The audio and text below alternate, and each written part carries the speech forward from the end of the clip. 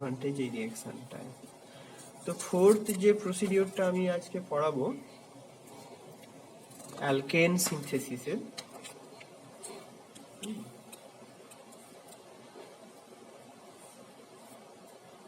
সেটা হচ্ছে কোলবে ইলেকট্রোলিসিস।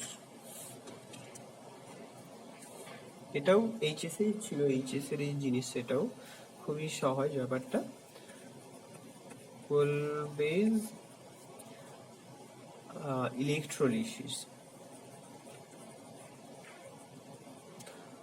সেটাতে কি হয়, যদি তুমি আর CO2Na মানে sodium salt of an acid যদি নিয়ে থাকো, দুটো এইরকম মলিকুল রিঅ্যাকশন করবে দুটো ওয়াটারের সাথে, এবং সেটা যদি ইলেকট্রোলিসিসের মাধ্যমে হয়, ইলেকট্রোলাইসিস, তাহলে এই আর আর নামক এই অ্যালকিনটা তৈরি হবে, প্লাস দুটো কার্বন ডাই অক্সাইড তৈরি হবে,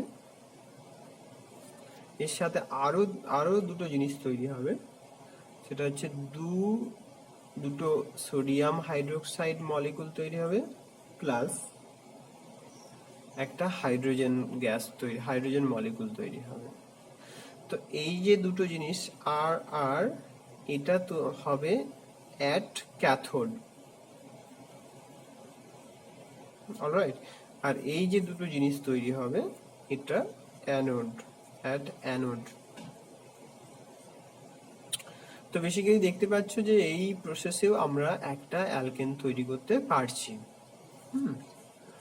5 নম্বর যে প্রসেসটা হচ্ছে, সেটা হচ্ছে থ্রু গ্রিগনার্ড রিঅ্যাকশন।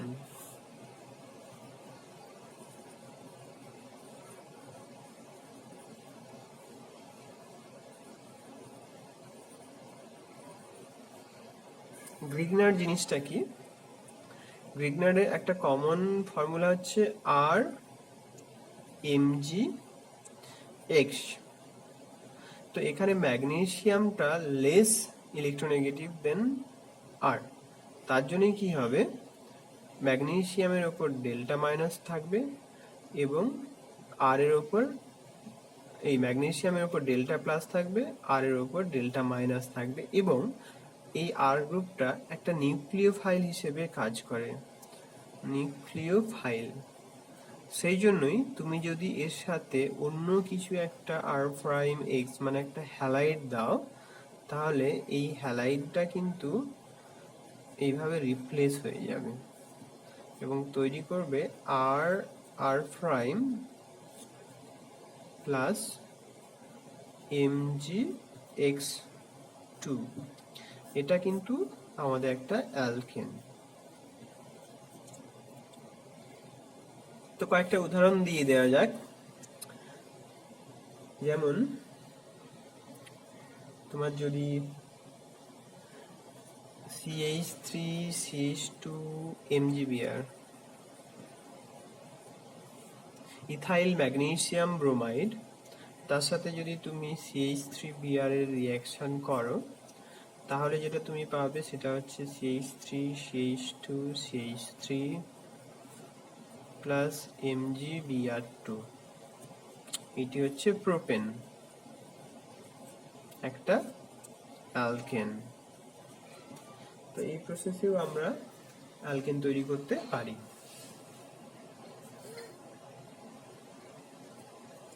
এই হলো মোটামুটি তোমাদের 5টে, মানে তোমাদের সিলেবাসে আছে এমন 5টি অ্যালকেন তৈরির পদ্ধতি। এবারে আমি জাস্ট ছোট্ট করে একটা জিনিস দেখিয়ে দেবো যে অ্যালকেনে কিভাবে হ্যালোজিনেশন হয়, মানে একটা রিঅ্যাকশন উইথ অ্যালকেন।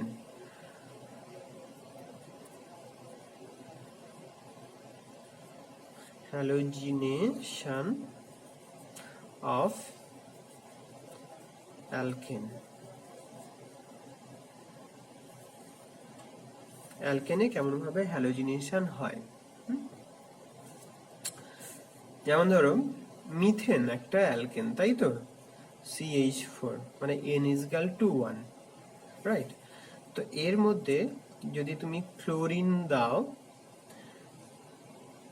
1 ইকুইভ্যালেন্ট, মানে একটা মলিকুল মিথেনের রেসপেক্টে একটা মলিকুল ক্লোরিন মানে Cl2 দিলাম, এবং যদি তুমি এই মিশ্রণটাকে হিট করো অথবা এর উপর লাইট ফ্ল্যাশ করো, তাহলে যে জিনিসটা তৈরি হবে সেটা হচ্ছে CH3Cl।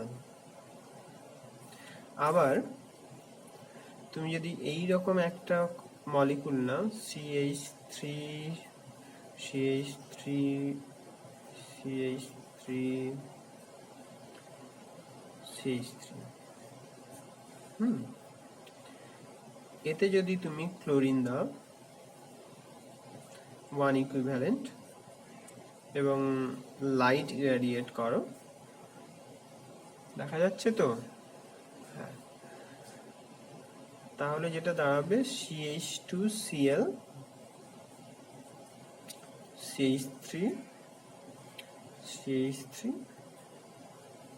H3C, মানে বেসিক্যালি এই যে 4টে CH3 গ্রুপ আছে তাদের মধ্য থেকে একটা CH3 ট্রান্সফার হয়ে যাবে CH2Cl এ, মানে একটা হাইড্রোজেন ক্লোরিন দিয়ে রিপ্লেস হয়ে যাবে CH2Cl। এক্ষেত্রেও তাই হয়েছিল, 4টে হাইড্রোজেন ছিল, একটা হাইড্রোজেন রিপ্লেস হয়েছে বাই 1 ক্লোরিন অ্যাটম, তো CH3Cl তৈরি হয়ে গেছে। তো সিমিলারলি তুমি যদি এইটা নাও CH3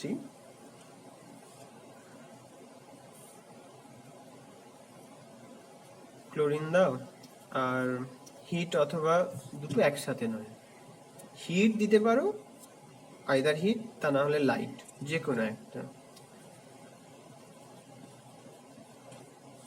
তাহলে তুমি তৈরি করতে পারবে CH3 CH2Cl। এবারে এর রিঅ্যাকশনের মেকানিজমটা তোমাদের সিলেবাসে আছে এবং ইম্পর্টেন্ট, এটা কিন্তু পরীক্ষায় আসে। মেকানিজমটা কি হয়? মেকানিজমটা এই সমস্ত এই র্যাডিক্যাল রিঅ্যাকশনের মেকানিজমগুলো 3টে স্টেপ হয়। ফার্স্ট স্টেপ হচ্ছে তোমার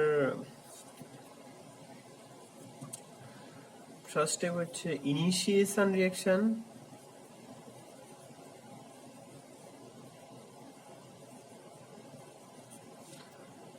দু নম্বর হচ্ছে প্রোপাগেশন,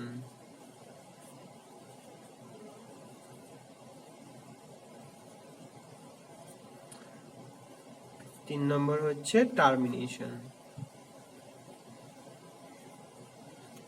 এগুলোকে রিঅ্যাকশন না বলাই ভালো, এটা একটা রিঅ্যাকশনের স্টেপ। তো বেসিক্যালি তাহলে 3টে স্টেপ, ফার্স্ট হচ্ছে ইনিশিয়েশন, প্রোপাগেশন আর টার্মিনেশন। আমরা এখন ডিসকাস করতে চলছি যে এই টাইপের যে হ্যালোজিনেশন মানে ক্লোরিনেশন হচ্ছে অ্যালকেনগুলোতে, তাদের লাইটের প্রেজেন্সে বা হিটের প্রেজেন্সে কি পদ্ধতিতে রিঅ্যাকশন করে তারা CH4 থেকে CH3Cl এ তৈরি হয়। ঠিক আছে,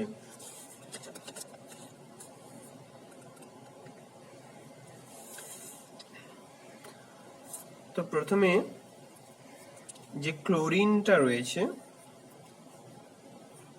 এটা তো বেসিক্যালি এইরকম, আর প্রতিটা ক্লোরিনের উপর 3টে করে লোন পেয়ার অফ ইলেকট্রন আছে, 3টে করে পেয়ার, একটা পেয়ার, দুটো, তিনটে করে পেয়ার আছে।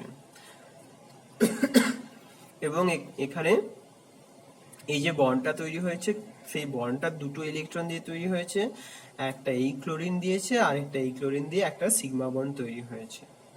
ঠিক আছে, যখনই লাইট বা হিট পড়বে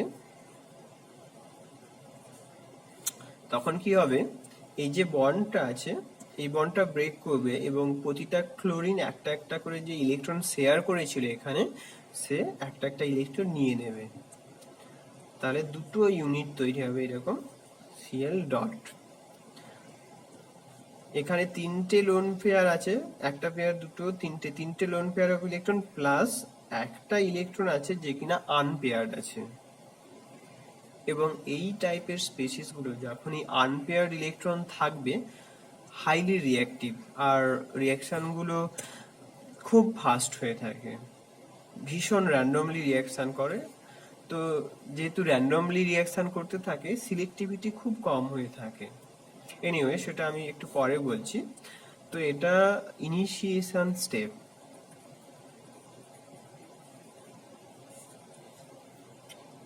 এবারে প্রোপাগেশনটা কেমন হয়ে থাকে,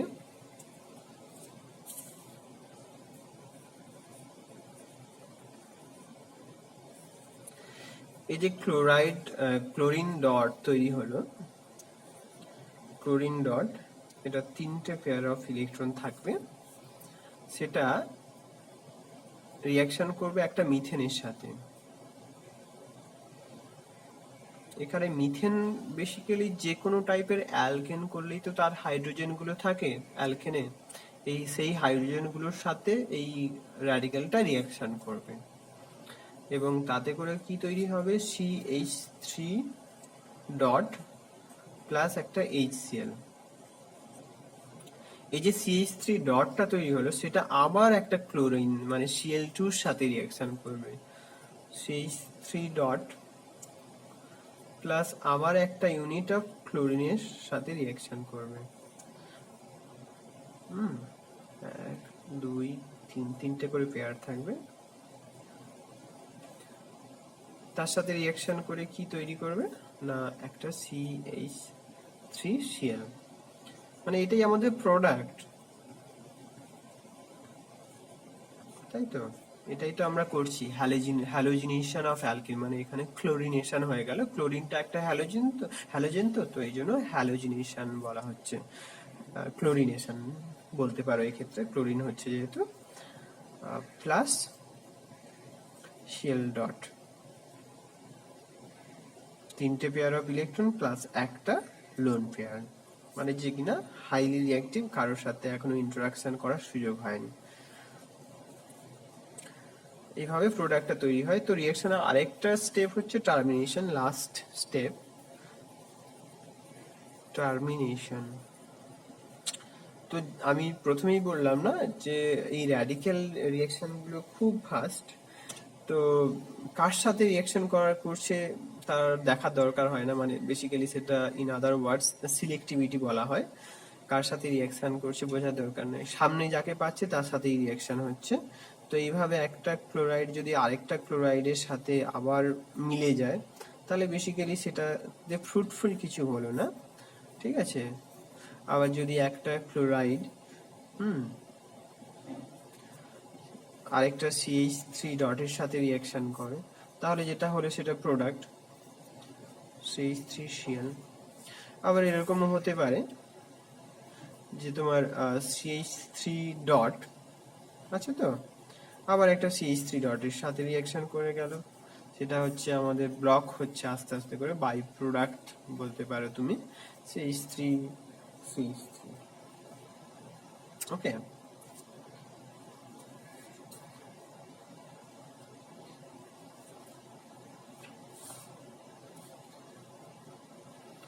তো এবারে আমরা দেখে নেব যে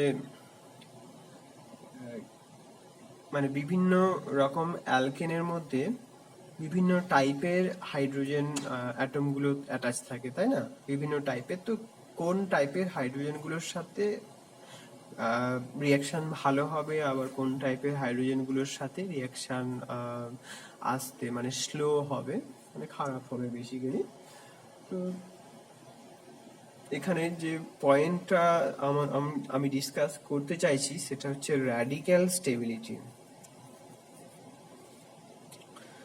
র্যাডিক্যাল স্টেবিলিটি, দেখো, radical stability is very much similar to the stability of A carbocation. Radical stability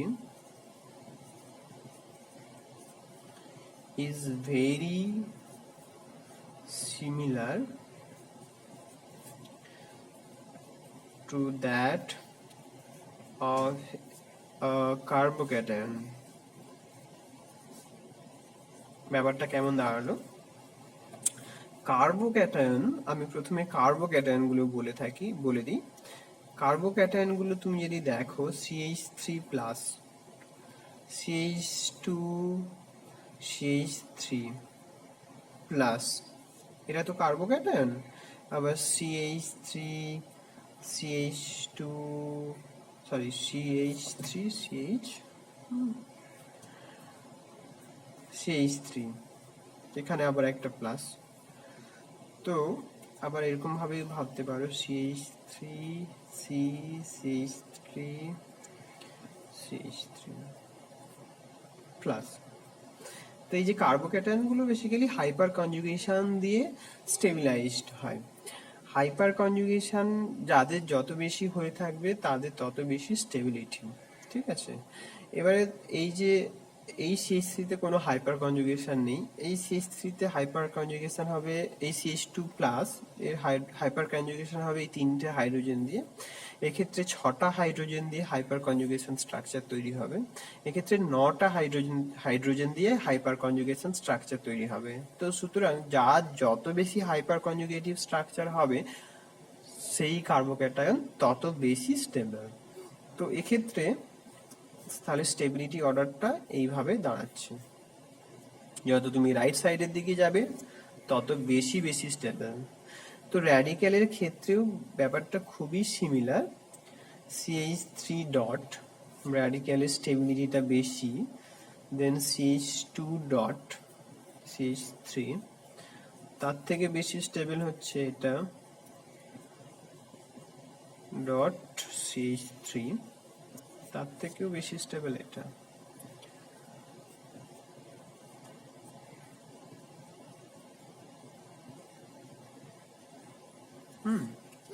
তো যেহেতু আমরা এখানে মেকানিজমটাই দেখলাম যে CH3 ডট তৈরি হচ্ছে, তার মানে বিভিন্ন অ্যালকেনের সাথে এটা এই ডটগুলো বিভিন্ন রকমের হবে এবং তাদের স্টেবিলিটিটা ভ্যারি করবে। আমি একটা এক্সাম্পল দিলেই ব্যাপারটা ক্লিয়ার হয়ে যাবে। যেমন ধরো আমরা যদি মিথাইল সাইক্লোহেক্সেন নিয়ে থাকি CH3, এটা হচ্ছে মিথাইল সাইক্লোহেক্সেন। তো এর সাথে যদি তুমি ব্রোমিন দাও এক ইকুইভ্যালেন্ট আর লাইট ফ্ল্যাশ করো H তাহলে এখানে কত অপশন আছে দেখো। এই মিথাইল রিয়াকশন করতে পারে, এখানে CH রিয়াকশন করতে পারে, এখানে CH2 CH2 CH2 CH2 CH2 এরা সবাই রিয়াকশন করতে পারে ব্রোমিনের সাথে, কিন্তু যেই র্যাডিক্যালের স্টেবিলিটি বেশি হবে সেটাই বেশি প্রোডাক্ট দেবে। তাহলে এক্ষেত্রে দেখো এখানে ডট হতে পারে, এখানে ডট হতে পারে, এখানে ডট, এখানে ডট, এখানে ডট, এখানে ডট, এখানে ডট, তাদের মধ্য থেকে এই ডটটার হাইপার কনজুগেটিভ স্ট্রাকচার সব থেকে বেশি হবে এবং তার জন্য এইখানটাতে তোমার ব্রোমিনেশনটা সব থেকে বেশি হবে।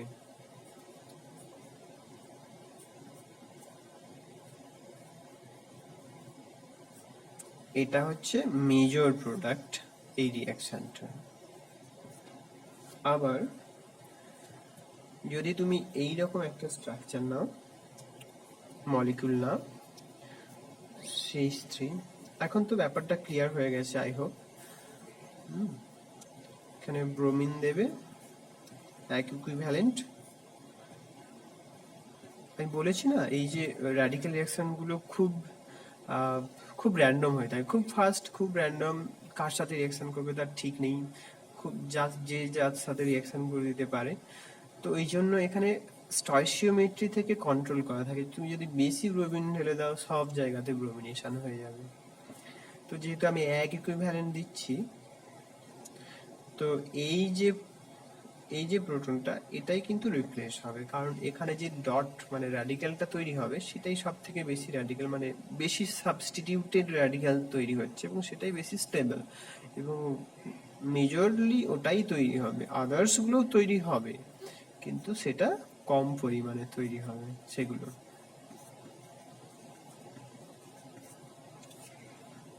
আবার এইটা যদি নাও, এক্ষেত্রে এটা হচ্ছে বিউটেন। বিউটেনে যদি তুমি ব্রোমিনেশন করো সেম রিয়াকশন কন্ডিশন নিলে, তাহলে এক্ষেত্রে দুটো টাইপের র্যাডিক্যাল তৈরি হতে পারে। একটা র্যাডিক্যাল এখানে হতে পারে, আবার একটা র্যাডিক্যাল এখানে হতে পারে। এখানে র্যাডিক্যালটা হচ্ছে মনো সাবস্টিটিউটেড, এখানে র্যাডিক্যালটা হচ্ছে ডাই সাবস্টিটিউটেড। তাহলে স্বাভাবিকভাবেই ডাই সাব, আর এই দুটো তো আইডেন্টিক্যাল হয়ে যাচ্ছে, এটা আর এইটা একই রকম, এইটা আর এইটা একই রকম। তো তাহলে তোমার ব্রোমিনেশনটা এই পজিশনটাতেই বেশি হবে, এই পজিশনটাতে খুবই কম হবে।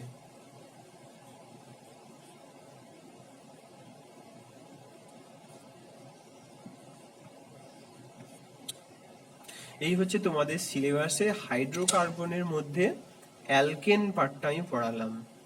এরপরে যে অ্যালকিন আছে, অ্যালকাইন আছে, মানে ডাবল বন্ড আবার ট্রিপল বন্ড, সেগুলো আমি পরের ক্লাসে পড়াবো।